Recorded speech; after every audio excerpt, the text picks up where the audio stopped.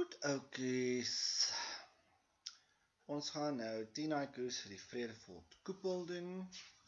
It is a long poem. It is a deurmekaar poem.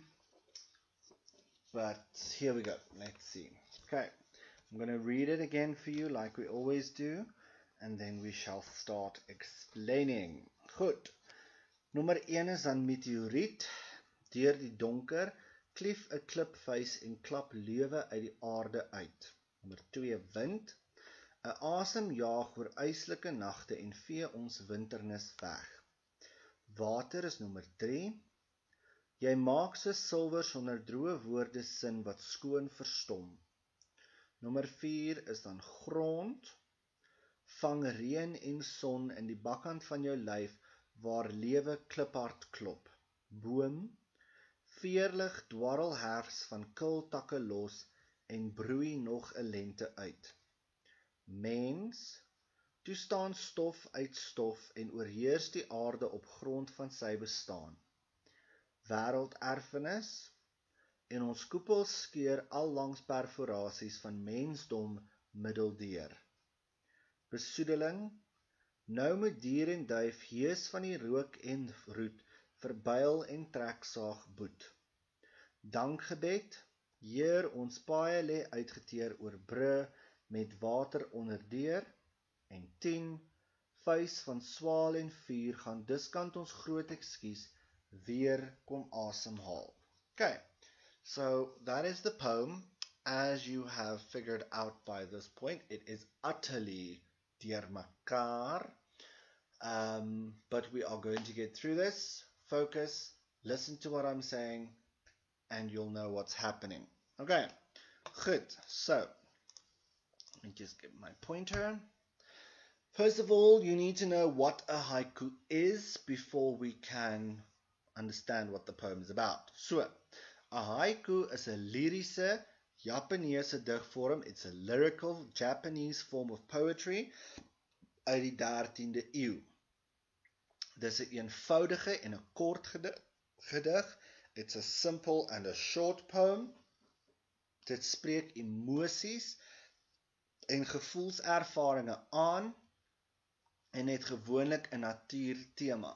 So it talks about emotions and emotional experiences, and it usually has a theme in nature. Die gedig is rymloos.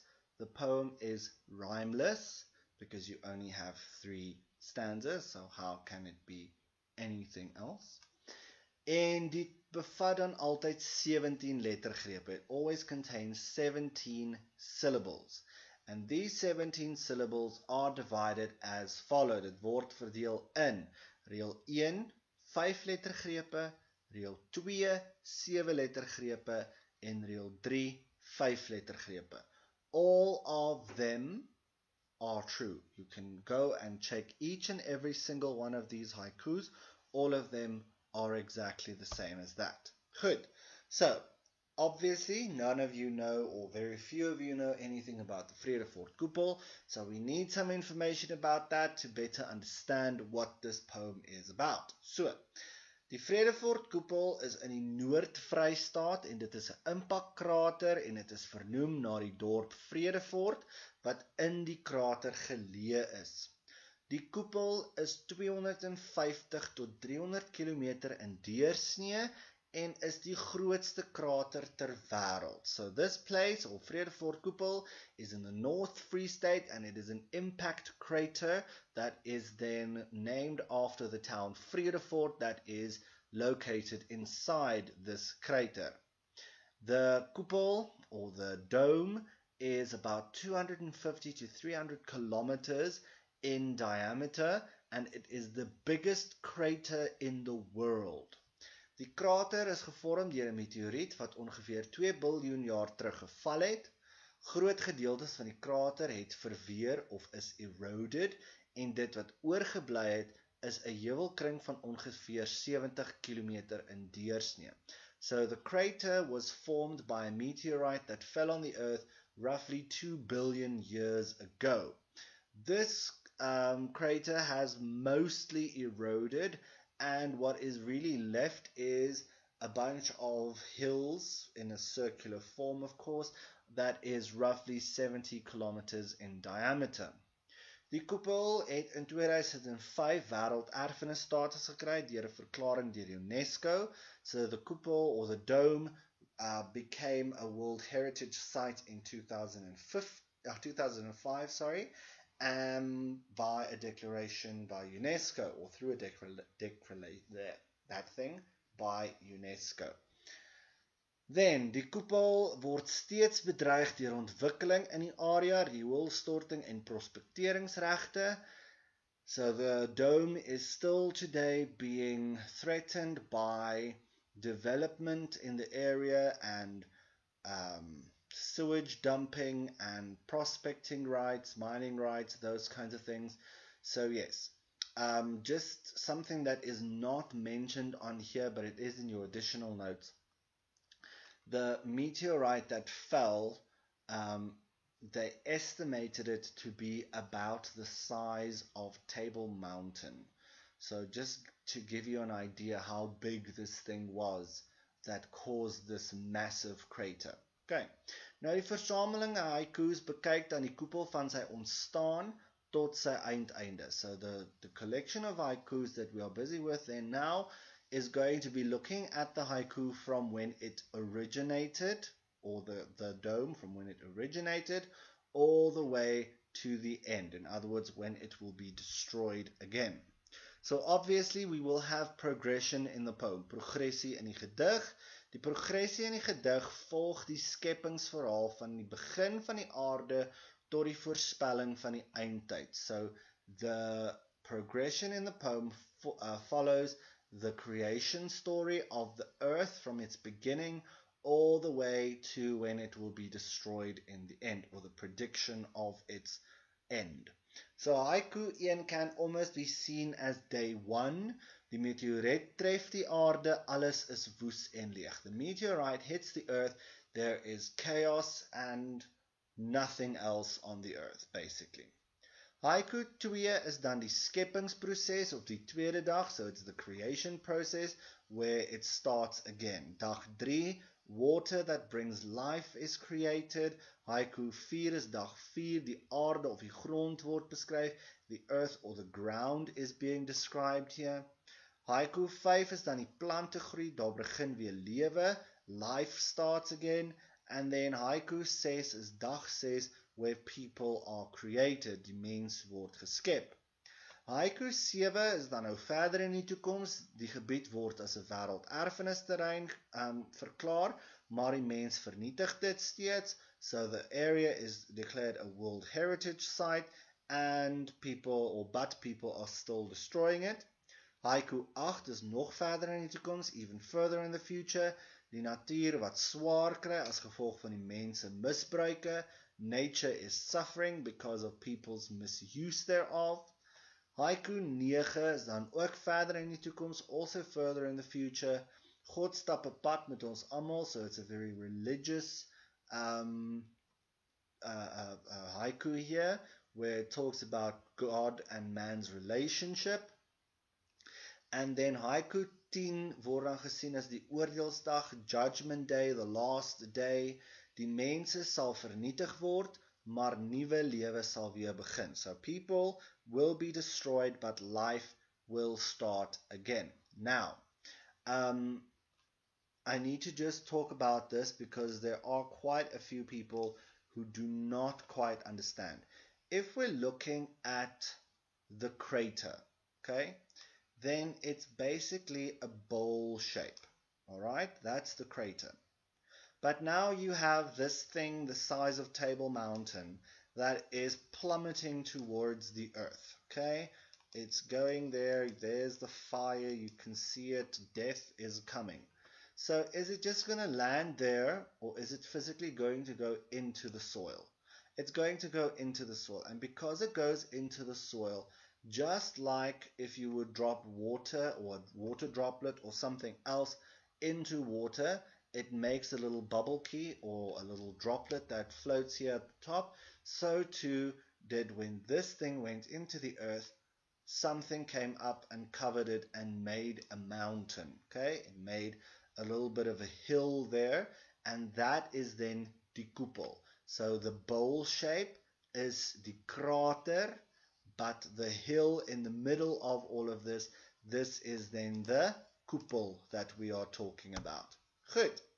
So we're starting then with the one called Meteoriet, meteorite. Klip face is a metafoor, it's a metaphor, because in this case die meteoriet word vergelyk met 'n vuis van klip. The meteorite is compared to a fist that is then made of stone. Deur die donker klief, jy sou die meteoriet met die oog kon sien. You would have been able to see this meteorite with your blind eye because it was so big and bright in the sky, almost like a shooting star, soos 'n verskietende ster. Then if we look at klipvuis en klap lewe uit die aarde uit, this is seen as personifikasie. Die metafoor wat val word vergelyk met iemand wat sy vuis teen iets neerslaan. So the meteorite falling on the earth is compared to someone who is then beating his hand or his fist against something else. So toe die meteoriet geval het die impak alle lewe op die aarde uitgewis of doodgemaak. So when this meteorite fell, all life on earth was destroyed by its impact. Dit het letterlik, literally, it smacked the life out of the earth, meaning all life was destroyed. Dit is ook 'n vorm van woordspeling, and it's also an example of woordspeling. Why do we say so? Want dit verwys na die lewe wat uitgeslaan is, vernietig, maar ook na die lewe wat uit die aarde geslaan is. Okay, let's use an example. If you have a very dirty pillow, and you beat the pillow, what happens? Dust comes out of it, né? So, the first explanation is literally everything died. The second one is more figurative, where the new life, the dust in your pillow, has been released from that. So new life has been created because of the meteorite that fell there. So the life that was in the earth has come up to the surface thanks to the meteorite. We have a lot of alliteration, die deur die donker klief, and the KL alliteration as well, making the poem more rich in sound because we don't have end rhyme. Goed. Then we look at wind. Wind, or asem in this case, is obviously the wind. En na die meteoriet geval het, was die wind die enigste ding wat beweeg het. So after the meteorite fell, the wind was the only thing that was moving. Dit verwys dan ook na God, wat daar is, al is daar niks anders nie. It also refers to God who is there, even though there is nothing else on the earth. Hierdie kan dan ook as die tweede dag van die skepping gesien word, toe die nag en dag, lig en donker geskep word. So we said, this can then also be seen as the second day of the creation, when day and night, or light and darkness, was created. Eislike is woordspeling. It is a play on words. Wanneer die dubbel of play on words is wanneer die dubbele betekenis van 'n woord gebruik word om iets uit te beeld. So in this case is when a word has two meanings and both of them are used to describe something. So eislike in this case can be or can mean that the nights are very long. So it's baie lang nagte, eislike nagte. And then it can also mean that something is like ice. So it's very cold, okay? So dit beteken dat iets soos ys was, dit was baie koud geweest, it was very cold. Then we look at the word winterness as a niet skepping. A niet skepping is a new created word that you will not find in a dictionary. And this word is made up of the words winter en duisternis to create the word winterness. Nou die digter gebruik die woord winternis om na twee goed te verwys. So he refers to two things by the use of this word. Eerstens, dat daar baie stof was na die meteoriet geval het, so there was a lot of dust after the meteorite fell that caused duisternis. that caused darkness. Okay? Tweedens was dit soos winter. Secondly, it was like winter. Because of all the dust in the air, it was so thick, it was so dig gewees, en daarom kon die son nie op die area skyn nie. Therefore, the sun could not shine on the area, which caused it to become very cold. Okay, so winterness refers to the darkness caused by the falling of the meteorite, as well as the cold that fell because, or that was caused because of that. Now, water, probably one of the most confusing ones of them all, says, jy maak so silwer. So, jy is personifikasie because it refers to the water. Okay? Silver verwys na die glansende kleur van die water. It refers to the shining color of the water. And it indicates that it is kosbaar. Dat it kosbaar is, it is valuable. Now we get to droë woorde. This is kind of a contrast because of water, which is obviously wet, and droog, which is dry. Okay, so droog is in contrast met water. What does droë woorde mean? Dit beteken dis woorde wat nie 'n betekenis het nie. So it refers to words without meaning. Want daar is nie woorde om die effek van water te beskryf nie. There are no words, according to the writer, that can be able to describe the effect of water. Maar wat oor die water gesê word, maak tog sin. So according to him, what he is trying to say here about water makes sense. So in his words, basically he's saying, I don't know how to express how amazing water is, but it is amazing, therefore it makes sense. Die spreker noem hier ook dat die water meer sinvol is as wat sy of haar woorde ooit kan wees. So basically he's saying here, you make sense without my dry words. Okay? So he basically says that the beauty, the majesty of water is enough. He doesn't need to say anything. It makes sense without having to say anything. The word verstom, die effek van die water kan nie heeltemal beskryf word nie. So the effect of the water cannot be expressed completely, en dit laat die spreker stom.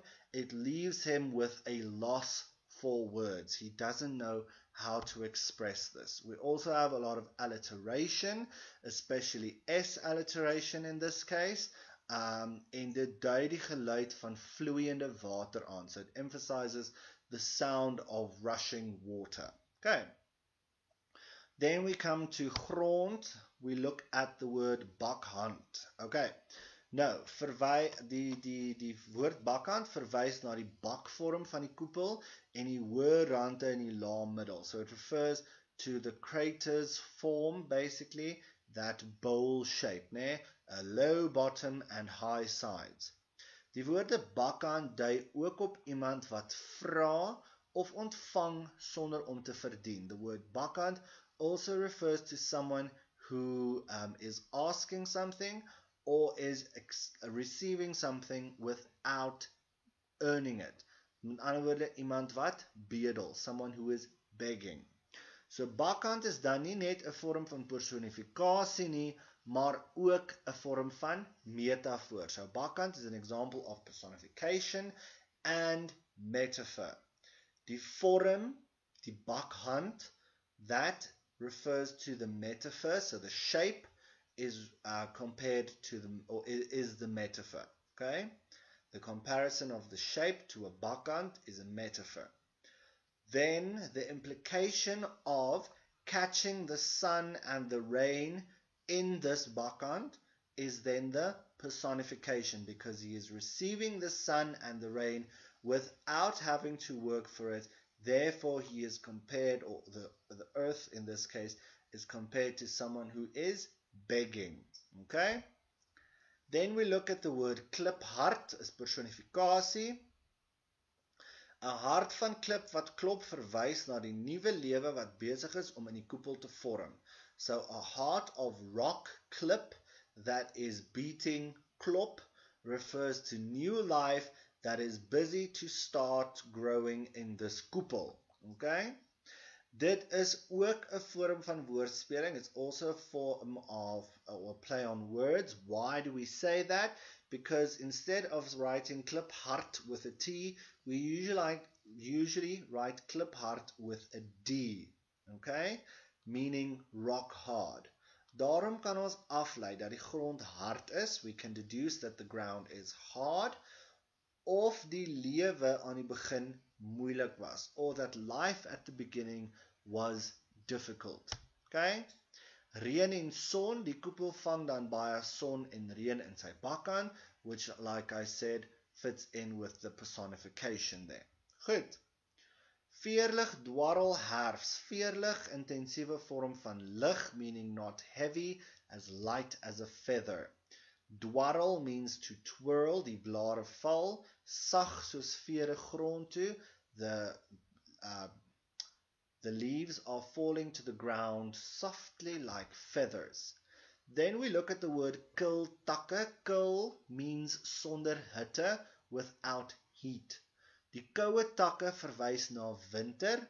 Dit is dan ook personifikasie, omdat kil gewoonlik vir mense gebruik word. Dit dui aan dat iemand ongevoelig is. Kil is usually used to describe a person's way of acting or his attitude. So if you have a kil houding, that means you have a cold attitude, or you're throwing someone the cold shoulder. And because of this, we see it as personification, because branches cannot be cold in the sense of without emotion. Okay? Then, if we look at the haiku as a whole, handel dit oor die seisoensveranderinge van herfs na winter na lente. Boom is 'n gepaste titel vir die haiku, omdat mens die verloop van tyd en die seisoen die maklikste in bome kan raak sien. Die gedig bespreek ook dat na die wind, water en grond het daar nuwe lewe ontwikkel. Die boom is dus ook 'n simbool van lewe. So, this haiku is about the changing of seasons, seisoensveranderinge, from herfs, autumn, to winter, to lente, spring. Boom is then also a fitting title for this haiku because we can see the change in time, especially season-wise, the easiest in the trees, when their leaves start turning yellow and falling off, and then there's no leaves, and then leaves all of a sudden start to grow again. This poem then expresses that after the wind and the water and the ground has returned to the koepel, so too then did life develop. So the boom, tree, is then a symbol of life. Okay, die boom is 'n simbool van lewe. We spoke about herfs and we spoke about lente. Good, then we get to mens. Now it says, toe staan stof uit stof. So this refers to Genesis 2 verse 7, die ontstaan van die mens, the creation of man. Die woorde word gewoonlik by begrafnisse gebruik, en dit voorspel dus wat met die mens gaan gebeur in 10. So this refers to the creation of man, and these words, stof tot stof, of stof uit stof, stof tot stof, those things, is usually used at a funeral, which kind of predicts to us what is going to happen to the person or the people in the poem 10. Okay? En oorheers die aarde. So this refers to Genesis 1 verse 26. Die reël is gebaseer op inligting uit die Bybel. God wou hê dat die mens op aarde sou heers. Oorheers het wel 'n negatiewe konnotasie.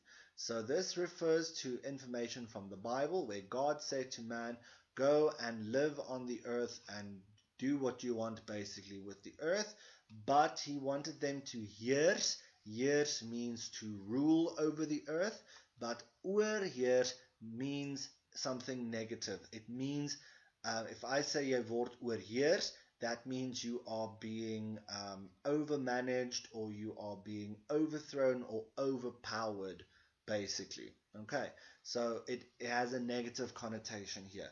People are, in other words, then doing what they were not supposed to be doing. They're not looking after it. They are overpowering it.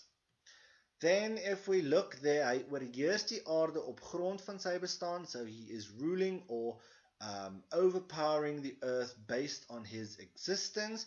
This is a form of irony. Die mens is uit stof gemaak. So people are made of dust. Maar heers nou oor die aarde waar dit vandaan kom, but is ruling now over the earth where it came from.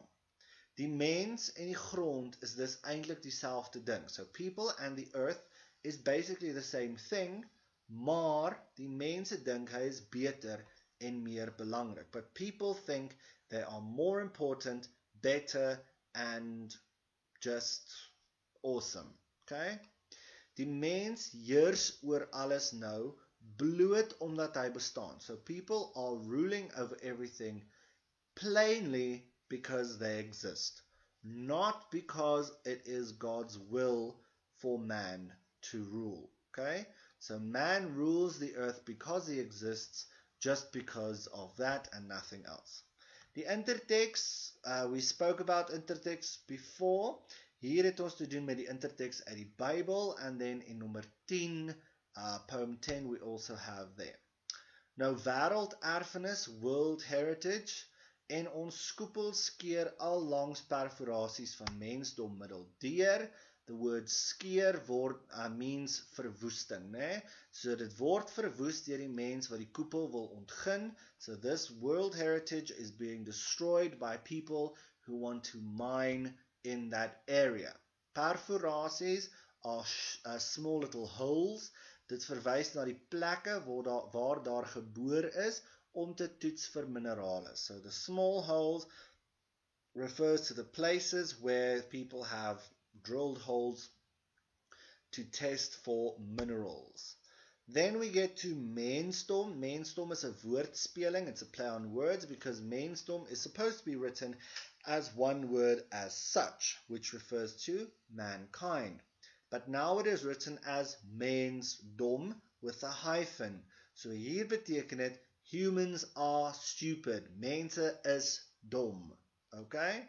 Die mense is dom om die natuur te verwoes vir wêreldse rykdom. So people are stupid to destroy the earth for worldly riches. The word ons wys daarop dat die koepel aan almal behoort. So the word ons refers to it that the koepel belongs to everyone and it cannot be owned by someone. Then we go on to besoedeling. Now besoedeling, dier en duif, refers to nature. Yes, in English is hoarse, né? When you are ill and your voice goes all weird like that. So this hoarse, yes. This is personifikasie, it's personification, want het dui daarop dat die natuur siek is, as if nature is a person that can become ill, né? Goed, rook en roet verwys na besoedeling. It refers to pollution. Dit is die rede waarom die natuur siek is. So it's the reason why nature is ill, because there's rook en roet, there's pollution, therefore die dier en duif, nature is siek. Byl en treksaag is die aksies van die mens. Byl is an axe, treksaag is a type of saw that they use to cut down trees. So die aksie van die mens, hulle verwyder bome en verwoes die natuur ter wille van uitbreiding en industrialisering. So the actions of people, they are destroying the trees and destroying nature, all for the sake of building more places and industrialization, etc., etc. The word boet does not mean brother in this case, but it refers to people that will one day pay for their destruction of nature. So mense en die natuur gaan eendag betaal vir die verwoesting daarvan. Okay. Then we get to Dankgebed. So Dankgebed says a prayer of thanks. So God word hier direk aangespreek. Okay, we start with Hier, meaning God, Father, Lord, however you want to translate that. Then the word ons verwys na die mens, it refers to people. The word uitgeteer is woordspeling. It's a play on words because uitgeteer can either mean emaciated or it could mean tired. Now, in this case, we are talking spiritually. We are not talking literally. Okay?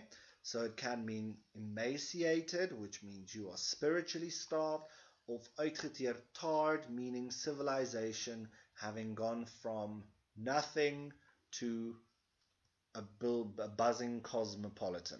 Goed, so deur God se genade en hulp het ons gekom waar ons is vandag, maar ons verwoes ons eie paaie deur die dinge wat ons doen.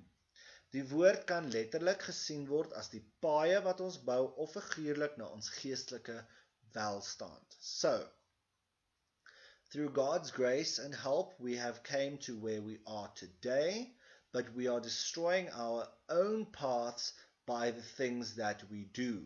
For example, if we look at wêrelderfenis, destroying nature ultimately destroys us.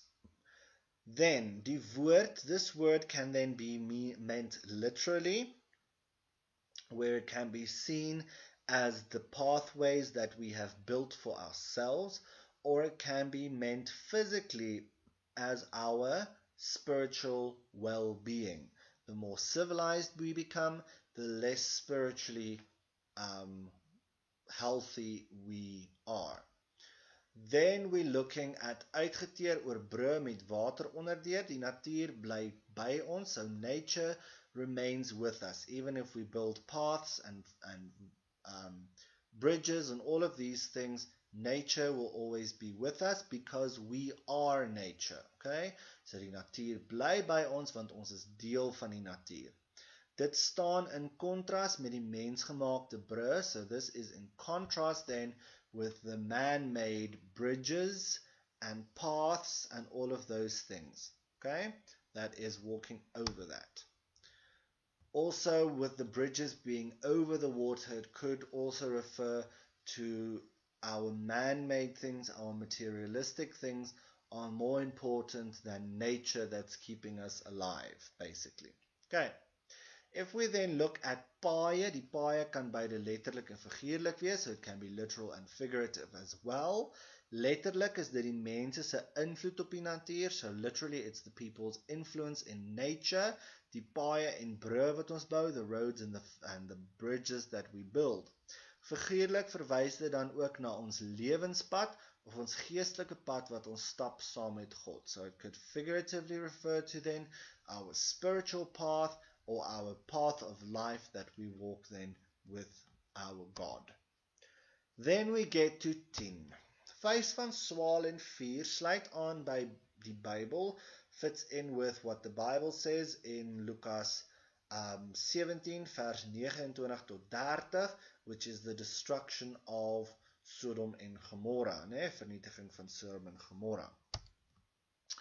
This then also says, vuis van swaal en vuur, die oordeelsdag word metafories aan 'n vuis vergelyk, so the judgment day is figuratively or metaphorically referred to as a fist, en die beeld van die vleis sluit dan ook aan by die beeld van die meteoriet in die eerste haiku. So if we look at the first haiku, Meteoriet, it says there that face van a clip face, so the clip face and the face van swaal en vuur kind of binds these two then to the same idea. Okay? Groot ekskuus is die oordeelsdag or the judgment day, die dag waarop ons geoordeel word vir ons dade hier op aarde, the day on which we are judged for our deeds on earth. Then weer kom asemhaal, na die oordeelsdag sal die aarde 'n tweede kans gegee word. So after the judgment day, earth will have a second chance to breathe because the people who was on her to destroy her and all of those things will be gone. Okay? If we then look at the word asemhaal, it's woordspeling again, it's play on words again, want asemhaal word gewoonlik een woord geskryf, which means to breathe, but here it is written as two words, which means om 'n tweede asem te kry, to get your second breath. That second breath, if you're running your marathon and your energy has been depleted, and then all of a sudden you see that winning line there and you think, okay, now I go, and then you have energy again. That's basically what it means. So die woord suggereer dat die tweede kans vir die aarde na die mens sal kom.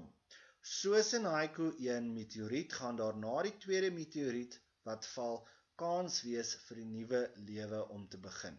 So see this kind of as a cycle. In the first meteorite, or in the first haiku, the meteorite fell and it destroyed everything on Earth, and then Earth started to rebuild itself up to this point where it will be destroyed again, and then after everything has been destroyed again, new life will then have a chance to grow once more.